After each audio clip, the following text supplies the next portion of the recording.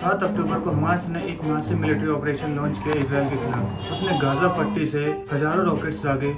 इसके साथ साथ हमास के फाइटर्स थे, वो एयर से, लैंड से और सी से एंट्री हुई। उन्होंने सिविलियंस और बच्चों को मारा, जहाँ तक कि उन्होंने सिविलियंस को होस्टेज भी बनाया। हमास ने इस ऑपरेशन का नाम अल-अक्सा स्टॉर्म दिया है। हमास ने इसराइल को क्यों अटैक किया, इससे पहले हमें थोड़ा सा पीछे जाना होगा। 2021 में इसराइल और फिलिस्तीन के बीच कॉन्फ्लिक्ट हो रहा था। 6 मई 2021 को इसराइल के सुप्रीम कोर्ट ने 6 फिलिस्तीन फैमिलीज को ईस्ट जेरूसलम, जो शेख दरा के नियर बाय है, वहाँ से निकालने का आदेश दिया। अगर देखा जाए इंटरनेशनल लॉ के हिसाब से, ये इसराइल ने एनेक्स किया था तो 80 में। एक्चुअली फिलिस्तीन ये अपना हिस्सा समझते हैं और इसराइल ने यहाँ पे अपना लॉ लगाया। इसके चलते 7 मई को बहुत ज्यादा फिलिस्तीन से इजरायली पुलिस पे पत्थर मारे। इसके जवाब में इजरायली फोर्सेस ने टीयर गैस, रबर बुलेट्स का यूज किया और अल-अक्सा मॉस्क में घुस गए। इस प्रोटेस्ट का सभी मुस्लिम लीडर्स ने वर्ल्ड लेवल पे सपोर्ट किया और इस चीज की कड़ी निंदा करी।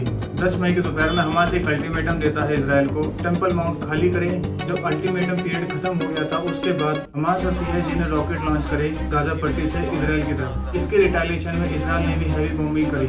ये कॉन्फ्लिक्ट 10 दिनों पे चला। उसके बाद 21 मई को इजिप्ट की मीडिएशन के द्वारा इसको फायर किया गया। और दूसरा रीजन हमास का अटैक करने जो मेन रीजन है सऊदी अरब और इसराइल का नॉर्मलाइजेशन का। दोनों के बीच में पीस होती जा रही थी और एक एग्रीमेंट की तरफ जा रहे थे। हमास ने कैलकुलेशन किया, अगर इस तरह से रहा तो फिलिस्तीन के कॉज को कोई भी अरब लीडर सपोर्ट नहीं करेगा। इस अटैक के बाद इसराइल ने अपना काउंटर अटैक किया और एक हेवी बॉम्बिंग करी। इसराइल ने इस ऑपरेशन को ऑपरेशन स्वॉर्ड्स ऑफ आयरन नाम दिया।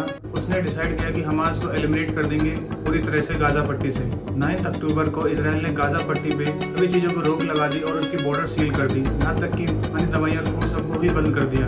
IDF, Israel defence forces, Gaza में रहने वाले सिविलियंस को बोला है कि वो नॉर्दर्न गाजा खाली कर दें और साउथ में चले जाएं। अगर देखा जाए मैप में, गाजा की बॉर्डर इसराइल से 2 साइड से घिरी हुई है और तीसरी साइड से एक इजिप्ट की बॉर्डर लगती है।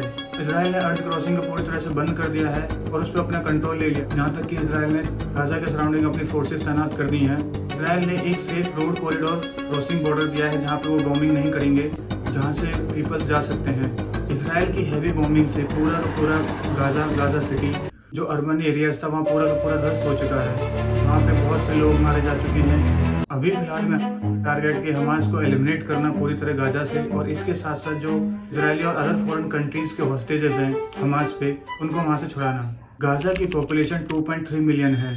ये एक मोस्टली डेंस पॉपुलेशन एरिया है वर्ल्ड में। गाजा को वर्ल्ड की लार्जेस्ट ओपन एयर प्रिजन भी कहा जाता है, इतनी डेंस पॉपुलेशन होने के बाद में। जिस तरह से इसराइल ने नॉर्दर्न गाजा खाली करने को कहा है और एक ब्लॉकेड लगाया है, इलेक्ट्रिसिटी, फूड, मेडिसिन, इससे बहुत हैवी चांसेस हैं कि और बीमारियां और कैजुअल्टीज होंगी फिलिस्तीन्स की।